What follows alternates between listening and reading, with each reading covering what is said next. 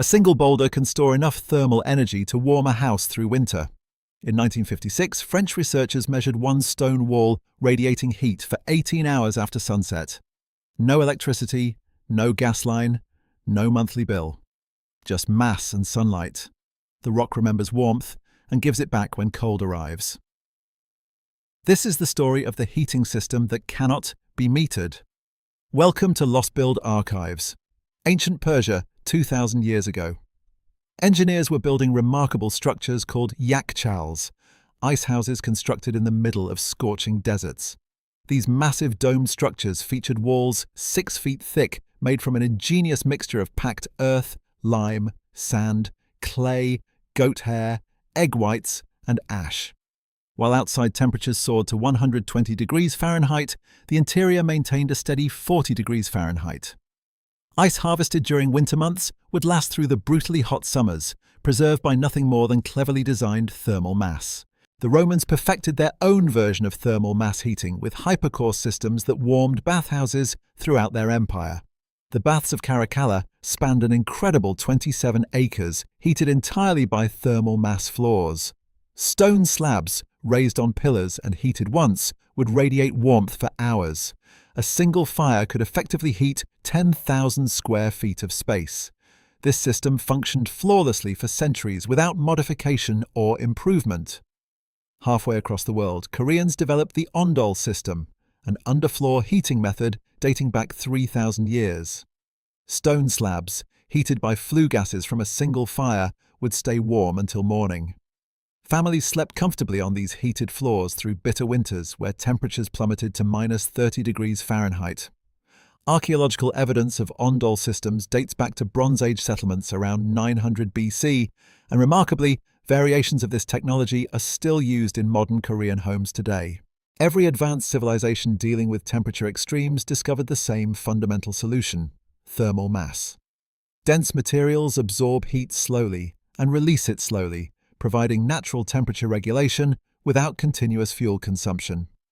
Once heated, these materials remember the warmth and release it gradually when needed most. In 1950s France, researcher Félix Trom and his partner, architect Jacques Michel, rediscovered this ancient wisdom. They constructed an experimental house in Odelo, high in the Pyrenees Mountains. Their design featured an 8-inch concrete wall painted matte black with a 1-inch layer of glass mounted in front. Small vents positioned at the top and bottom facilitated natural convection. The results were remarkable. The wall absorbed 95% of solar energy hitting its dark surface, while the glass trapped heat like a car windshield. The concrete's density created an 8 to 12-hour thermal delay. Heat absorbed at noon would radiate into the home during evening hours when most needed.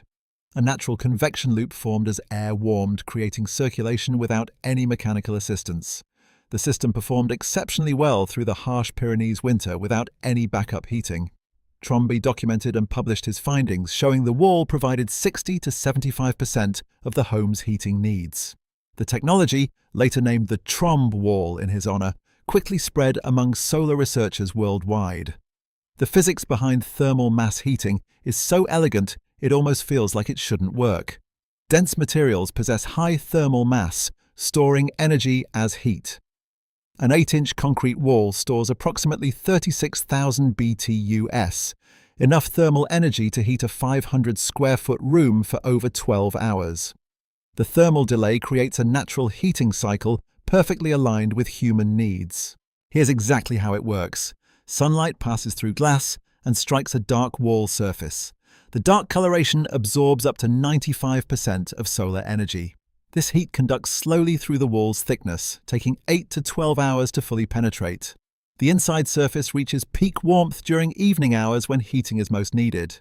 Strategically placed vents create natural air circulation without requiring electricity. The performance numbers are impressive. According to National Renewable Energy Laboratory data, a properly designed Trombe wall provides 60 to 75% of a home's heating needs. A 200-square-foot wall stores 36,000 BTUs of thermal energy. Rammed earth walls achieve R-value equivalents above 20. All this with zero ongoing energy consumption and zero maintenance requirements. Cost comparison makes the case even stronger. A Tromba wall typically costs between $10 to $25 per square foot, totaling $2,000 to $5,000 for installation. A conventional HVAC system costs $5,000 to $15,000 to install plus $1,500 to $3,000 annually to operate. Over 30 years, conventional heating costs balloon to $50,000 to $100,000, while thermal mass heating costs remain exactly the same as day one. So why isn't thermal mass heating everywhere? Consider the context. The global HVAC industry is worth $240 billion annually. In the US alone, residential natural gas heating generates $60 billion yearly. Every self-heating home represents one fewer furnace sold and zero monthly revenue from a family that owes nothing for warmth. The suppression mechanisms are subtle but effective. International building codes contain virtually no provisions for thermal mass walls. These codes are written specifically for conventional HVAC systems, requiring particular ductwork, mechanical ventilation, and heating capacity calculations that passive solar homes simply don't fit. Custom engineering is typically required, adding $5,000 to $15,000 to project costs. Financial systems further suppress adoption. Mortgage lenders value homes strictly by square footage and finishes. Thermal mass walls that could save homeowners $2,000 annually add zero to appraisal values. The system rewards dependency and punishes self-sufficiency. A conventional home with a $400 monthly energy bill actually appraises higher than an identical home with no energy costs.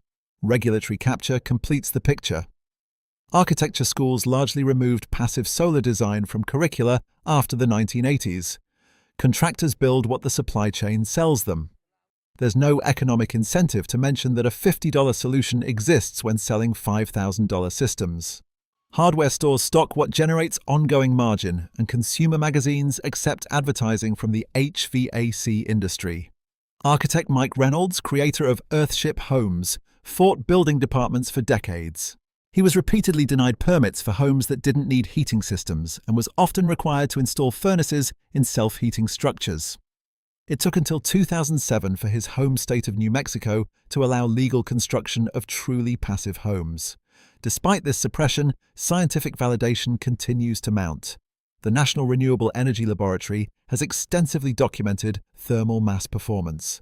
The University of Bath confirmed thermal mass outperforms lightweight insulation in most climates. The European Commission now includes thermal mass considerations in efficiency guidelines. MIT researchers are studying advanced phase change materials, and the Passive House Institute places thermal mass at the center of its design philosophy. Internationally, there are now over 60,000 certified passive houses using thermal mass principles. New Zealand has incorporated rammed earth into its national building code.